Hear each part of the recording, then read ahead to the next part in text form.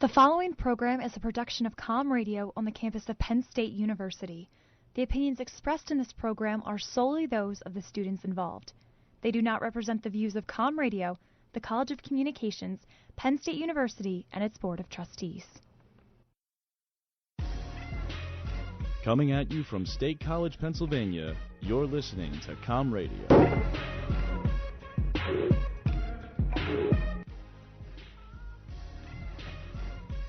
Hello, we're here on Sports Take. I'm your host, Ariel Epstein, here with DeKranis and Darius Donaldson. We're finally all back together here in the studio, and we are ready to get started here. So, let's get started, guys. We're going to open up with some talk about the NFL because right now, even though it's not the season, there are a lot of talks. They had the owners' meetings this week. They just ended today. The biggest thing that's been going on and the biggest controversy is about this one aspect of the field goal. And right now, the big thing is that they're taking away the field goal from celebration, and they're increasing the field goal to 30 to 35 feet tall. Hello. They're gonna, Are we good? Yep, we're good. Oh, sorry to abrupt just like that, but just was getting set up over here. Yeah. All right, Darius. So, Darius and Connor, we're going to talk about the field goal post. So, what do you think about this being taken away from the field goals, from the celebration? Go ahead, Connor, since we were talking about it on the way in, and you seemed a little amped up about it. Oh, well, I mean, I want to know. I just completely agree with it. I don't see the point why a player needs to dunk on the goalpost, potentially rip it down. I don't see why players are getting up in arms about it being taken out of the game. I don't see an issue with it. See, I have to disagree, man. I feel like that's such a traditional celebration. You know, it's taken away from what people know touchdown celebrations to be. You know what I mean? Everyone, that's classic.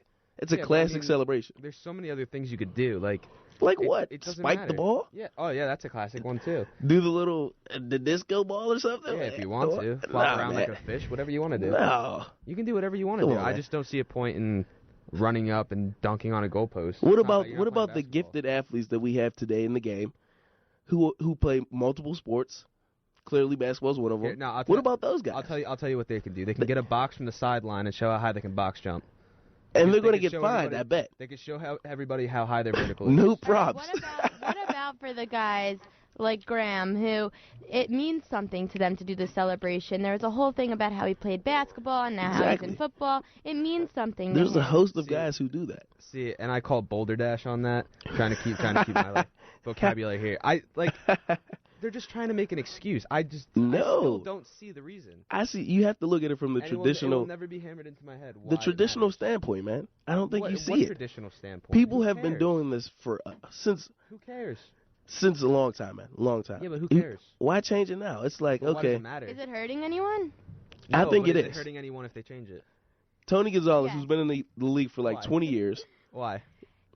It hurts their feelings. Oh my God! You're right. Yes, Ariel, I agree. The hardcore football players, really hurt by the fact that they can't jump up and throw a ball. So what are they going to celebrate now? What are they going to do? They could do anything else they want. They might as well just hand the ball to the official after the score. They could because there's nothing else they can do. That would be the classy thing. But soon they're gonna classy. But you see the NFL, they're gonna prohibit dancing. See the NFL, which just like before you know it, it's gonna be like, you know what, guys. Just get off the field as quickly as possible. Before you know it, sprint off the field. Well, they already have a time limit to their celebration. Before you know it, Mr. Mark Cuban's going to be right, and the NFL will be imploded. So check it out. If I'm Jimmy Graham, about 10 years. If I'm Jimmy Graham, I'm doing it the first game of the season. I'm dunking on the goalpost. I don't care. Find me. Some people say that they want them to. Some people say they want them to get fined. They can do what they want to. It's money out of their pocket. I can care less. Like they can't afford it, right? I'd do it. It doesn't matter to me. I just don't see the reason. I mean, wait. So you guys said it's going to be raised from 30 to 35. Yeah. What about field goals? How does that affect field goals? Well, I'm sure it does. They're trying it out, I think they said, in the first 2 preseason games.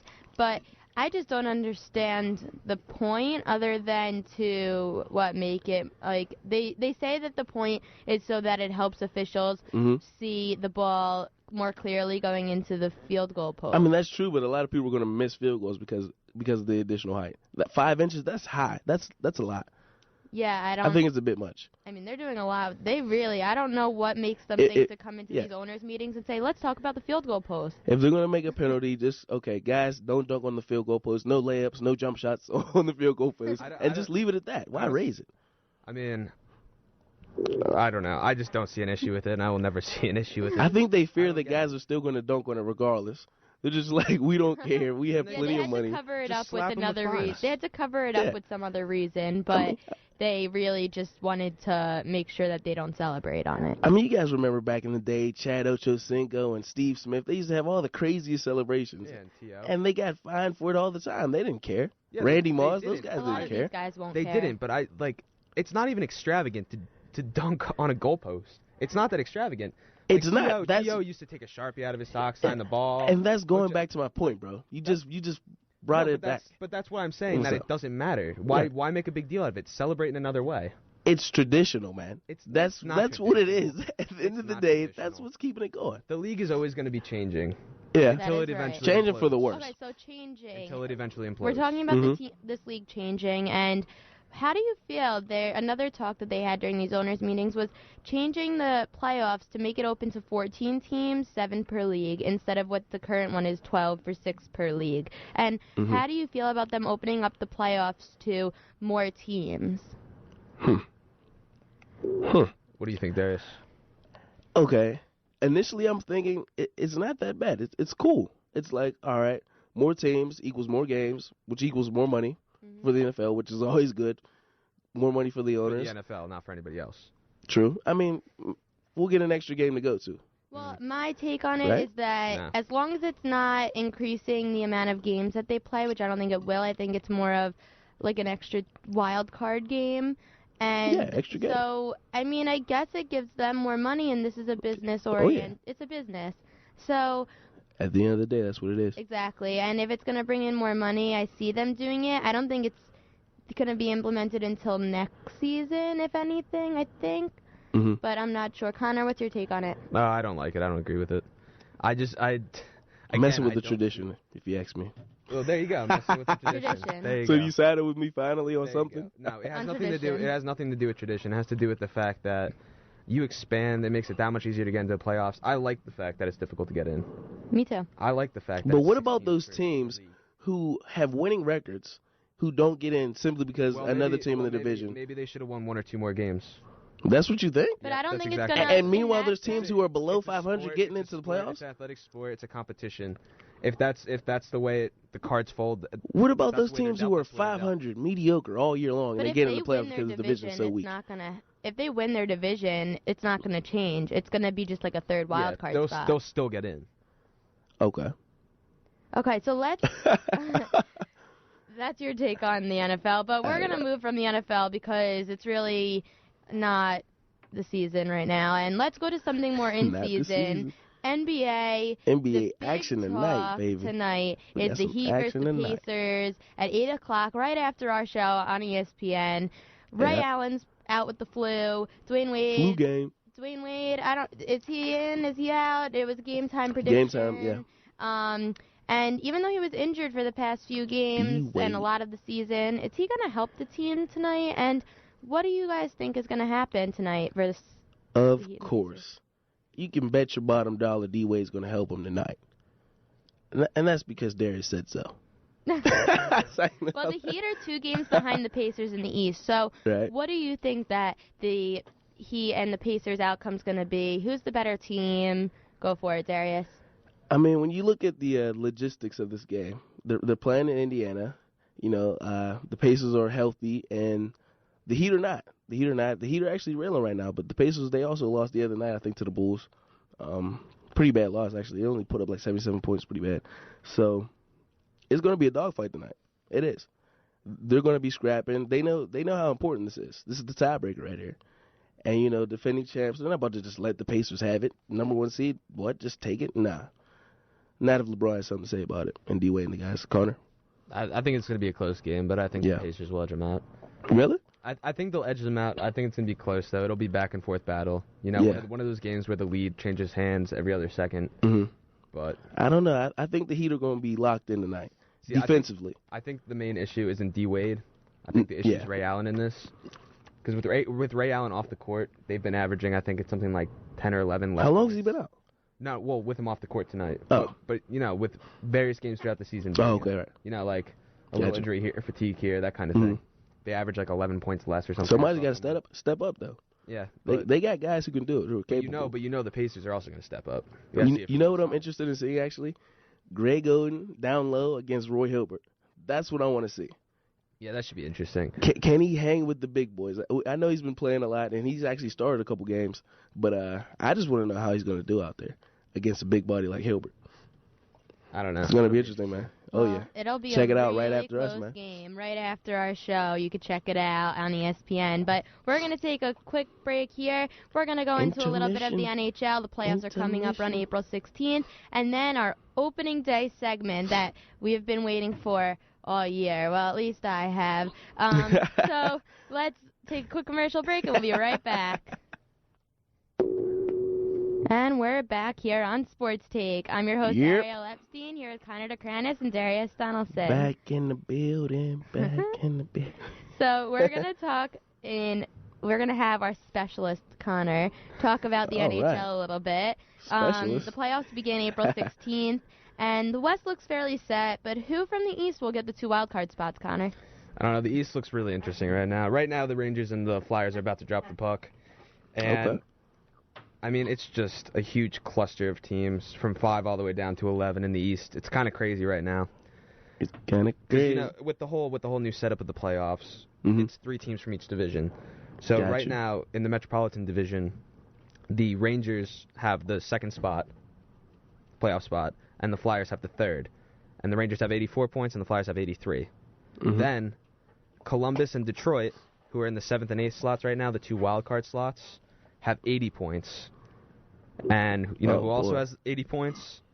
The Washington Caps, the Toronto Maple Leafs, and the New Jersey Devils are only 5 points behind them for the last wildcard spot. Man, it's very tight. So it's really tight right now. It's really questionable who's going to make those 2 wildcard spots, whether or not the Flyers and or the Rangers will drop out of their last 2 spots, which I doubt. But so, I mean, who do you think? Well, in the wildcard spots right now, I mean, it's really too tight to call. Right. Coming out of there, the Devils have the easiest schedule out of any of those teams. Whether I think that they're going to make the playoffs, probably not. Probably not. But they have the weakest schedule out of all the teams in front of them. Okay. So, I mean, that's important. So it should be interesting because they have 10 games left. So if they win like 8 of those games, they're going to make it very close, especially because they have a game against the Caps in there. But realistically, coming out of there, I think Detroit's going to hold on to one of those spots. A classic franchise like that. They know how to play in prime time. Wings. Yeah, they know what to do. I think they're going to hold one of those spots. And then the other spot's really going to be the one that's up for grabs. I'm not a strong believer in the Columbus Blue Jackets. I don't think that they're going to be able to hold that spot. Yeah. If they do, the playoffs are going to be very, very interesting for them and very tough because they're going to have to play the Penguins. Pittsburgh. Penguins. Oh, yeah. Penguins, maybe the Bruins. Either are going to be very scary for them. So got you. I don't know. It should be very interesting. But very other than that, the West right now is a whole different story. I mean, whole different story. Yeah, 7th seed over there is 85, Minnesota, 85 points. Phoenix Coyotes are right behind them at 82 in the last spot in the playoffs. And then the Dallas Stars are still 3 points out, and then it's a drop-off from there. Just a drop-off. So who do you think looks like the strongest contender in the league right now? I see that Boston clinched their spot, St. Louis clinched their spot, San Jose and Anaheim clinched the spot in the playoffs. Who is your top contender right now? Well, the beginning of the season, when we were talking about baseball, and I picked the Red Sox to win the World Series before the postseason began. I'm going to do the same thing here. I'm going to choose Boston to win the Stanley Cup Finals for the 2nd year in a row. They have such a strong team, and they're scary to watch. They know how to play from in front. They know how to play from behind. They're a scary team to watch. Other than them, there's a couple teams in the West that you got to look out for. The Ducks have been playing really well all year. The Blackhawks are always a contender. And the Blues have also been playing amazing since the Olympic break and just before the Olympic break. So that's going to be very interesting too. But I'm going to have to go with the Bruins. They've just been playing really, really good hockey. Yeah. When the team is playing well, you just have to pick them. You know what I mean? And it's been consistent. It's consistently good hockey. It's not off and on. It's not none of that. It's consistent day in and day out. So. Right. Oh, Boston, how they just, after that marathon, they just really picked it up in all of their sports, let me tell you. But, okay, so... Celtics not so much, but yeah. I mean, you touched on my favorite, the World Series. Baseball season, opening day, coming up. It's our last show before opening day. The first pitch will be thrown on Tuesday. It's a big day. And I just think, I mean, it kind of was already thrown in Sydney. In Australia. But in America. I know you guys are really excited. In America, it's going to be great. Great season coming up. But, so let's just talk about one guy who's really been in the headlines, and baseball usually kind of falls out of the headlines, but this guy just keeps showing up, Puig. From the Dodgers. He had his great season last year, his great start. He is having a pretty good spring training this year. He had a little injury that he was just going through. That was a little concerning, but he still looks great. Do you think that it was beginner's luck, or do you think that he's really going to turn into a star? Connor, you go. I think he's kind of a farce, to be honest. I don't think he's going to be a star. You don't think he's going to be a star, really? I don't see a star quality in him. Oh, wow. No. I mean, why, though? Because the thing is, to me, what I look for in players that have longevity are players who not only good on the field, but good to the organization. Okay. Right?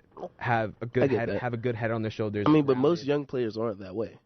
Depends how you look at it. Derek Jeter was that way. Mike Trout currently That's an unfair comparison, but okay. Because Mike Trout is going to be is going to end up being one of the greatest players. Right. I think he's more fair. You think Trout over Puig? Oh, by far. He's a fairer player to put into that position than Puig is. Puig came into the season a couple months in, and he was hitting the leather off the ball, but he already showed that he's a head case. And I mean, with this little injury too, like, I mean, I don't know. I just don't see a star quality in him. Darius, okay, that's fair. I was actually wondering what Ariel thought about this, because I know this is your boy. Well, he's not my boy, but it's my sport. I think Puig will be one of those kinds of players. I mean, I don't see him being a Miguel Cabrera, but I could see him becoming a strong hitter, a home run guy, a guy that can turn into a DH when he's older, like in years from now, but he's going to be that guy that's used for his bat, and he has the strength, but I can't tell yet because he only played last year, I think, like a few months, and he had a great spring training, and I think this year is going to say a lot about him, because you see a lot of these players either come into the league looking worse than they did when they were recruited, or they come in looking awesome, and all of that talk about them just kind of gets to them, and they break down, and he'll be playing a longer season. So he has to prove if he can stay strong for 162 games, and if he can't, if let's say he does what most players do, and he falls out during the All-Star break, or he doesn't start up to the All-Star break. I don't know. What do you think? I'm with you. See, that's the thing. Like, it depends how you define a good player. Yeah. If he can just hit the ball like that, to me, that's not a good player. I mean, that's he's a player not that's a player that's good at something. That's a player that's important to your team. 100%. But in the long run, he's not going to be worth anything. He's not a franchise player, but he's going to be someone that if a team needs a heavy bat, they're going to take him. So, Connor, you're saying he's going to be good, just not great. No, I think he'll be a decent hitter. He'll be. He just doesn't think he'll be a franchise. I don't think he's going to be nowhere near a franchise player. Okay. But I understand that. I don't think that he has the, let's say, he doesn't have the personality. He doesn't have that's that what I was trying to spark allude to, about him that makes him that it factor that makes him a headline guy that's a face of a franchise. But you never know. He could surprise you. I mean, is there like a possibility he can grow into that? Because I mean, like you said, a lot of young guys just aren't there yet. I mean, some of them are. I mean, a franchise guy that I think could be ahead of a team and the face of a team, Justin Verlander. He was throwing really good. He was throwing really well. He was making some great starts in spring training this year. And last year, as everyone knew, he just looked like he looked terrible for himself. And, I mean, I think he's the opening day pitcher for them, but for Detroit. And, I mean, it would be a big thing if Verlander could come back. But what do you guys think? I think without a doubt, he's one of the best pitchers in the league. Right. I don't think there's even really a question. And, I mean, he still didn't pitch terribly last year. How do you think he's going to pitch this year? I think he'll pitch better than he did last year. But, like, last year wasn't even... It was bad for him. Yeah, but he didn't. But on a league standard, it was not bad. Still above average. But when a guy like that has such a strong presence on a team, and when they really rely on him, they could have gone so much further with him as the way he used. I mean, they still carried the team very far for him not even pitching well. But imagine if he pitched well. I mean, they still made it to the LCS. He got him to where he needed to get them. He didn't get them there. Well, he helped. Barely. Everyone helped, right? Team effort, right? Darius, what do you think about Verlander? Team effort. I mean, yeah, he's a good player, and good players will do good things, and he's probably gonna have a good year. It may not be, stellar, but it'll be good. I spoke with a guy who does the radar gun for the Yankees, and inside sources. Yes, I have an inside source. He does the radar gun for the Yankees, and when I asked him who the best pitch, he sits about 5 rows back behind home plate every single game at Yankee Stadium. So when I asked him who he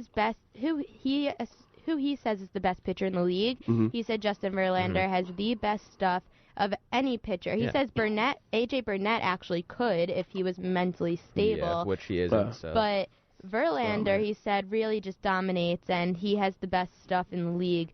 So I think that he can turn around. I hope it's not an age thing for him. I hope his career doesn't end soon because he's really a great contender to face. I mean, last year he was 13-12 with a 3.46 ERA, which is still nowhere near bad. Yeah, but that's good for I know it's not good for your ace. It's not amazing for your ace, but when you're such a great player, I mean, it's still a very good record, and it's still a good ERA for a starting pitcher. It's not Cy Young numbers, but it's not even the worst numbers he's ever had. Right. So. Okay, and quickly, we're talking about some. Well, you know what? We're talking about pitchers. What do you think about Tanaka before we go to March Madness? Because we have about 3 minutes left, and Darius really wants to talk about it. So, do you think Tanaka will be everything that the Yankees hope for? I think there's high hopes. I mean, the transition from Japanese baseball to American baseball is obviously, there's a huge difference. Yu Darvish was able to do it very well. If the Yankees get half the player that Yu Darvish is, I think they'll be happy. Because right now, they released their rotation, but I don't remember if he's in the 3 slot right now behind Kuroda or in front of Kuroda. No, he's behind him. Yeah, okay. That's the way to go. CC, Kuroda, and then Tanaka. The Yankees is that what you mean by behind? Or do you mean? No, I think Tanaka's the 4th, actually. 4th? Yeah. I mean, to me, that's what you have to do, though. You have to start him. No. I mean, he was pitching well in spring training, which, to me, doesn't show a lot. I'm not a huge believer in spring training. Right. To me, it's just a way for players to get exercise and to get themselves back into the mentality of the acclimated. Game. It's not very good to analyze spring training in my eyes.